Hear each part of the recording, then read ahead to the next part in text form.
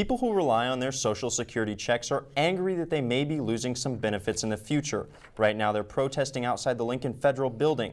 That's where Star City's Lorena Carmona is live with the story. It's a nationwide day of action. This protest is happening in more than 40 cities across the country. People are forming human chains around federal buildings and congressional offices. It's almost symbolic. The human chain represents what the federal government is doing to their Social Security checks. It is a response to the proposed chain CPI, which is the Consumer Price Index. It will be the new way to calculate the cost of living for Social Security, which will impact the elderly, disabled, veterans, and any other Social Security recipients. President Obama is looking at making annual cuts for the cost of living allowance. It would be an immediate cut if passed.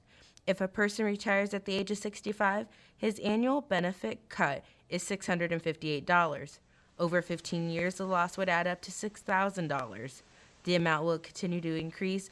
With people living longer, at age 95, that same person will have lost about $28,000 in Social Security benefits.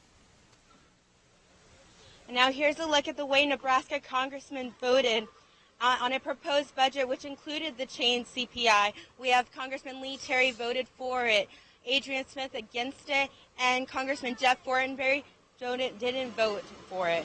And now we are live here with Al Mumm. He is the president of the Nebraska Alliance for Retired Americans, and we're going to ask him a couple questions. Al? All right, Al, can you tell me why that you think this is important? Well, the chain CPI is a faulty method of calculating the cost of living allowance for retirees on Social Security. What it does is presume that people with less money will make better choices in their spending, but senior citizens have much different demographic of spending than the general populace. For instance, you can't, if you want a triple bypass surgery, you can't just tell the doctor I want double because it's cheaper. You have more prescription drug costs and other health-related costs. So the chain CPI would be a cut in Social Security beginning in January for all recipients and all future recipients. And it's really tragic because it's unnecessary. The Social Security Trust Fund is in good shape. Social Security does not contribute to the deficit and can't by law. And we feel that we don't want any grand bargain in August or September when the budget dealing comes down to try to balance the budget on the backs of seniors when there are so many other places in the budget for them to look for that money. All right, and last question. Tell me, do you think this protest will impact?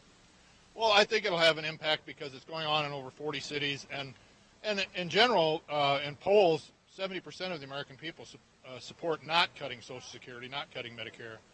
So this just reinforces what the general public already feels is a travesty to try to cut the income of people who can afford it the least. Sounds great. Well, thank you very much, Al. Thank you. All right, and that was Al Mumm. Again, he's president of the Nebraska Alliance for Retired Americans. I'm Lorena Carmona for Star City News, live on location. Back to you guys. Thanks, Lorena. Congress is expected to return to the issue after their July 4th recess.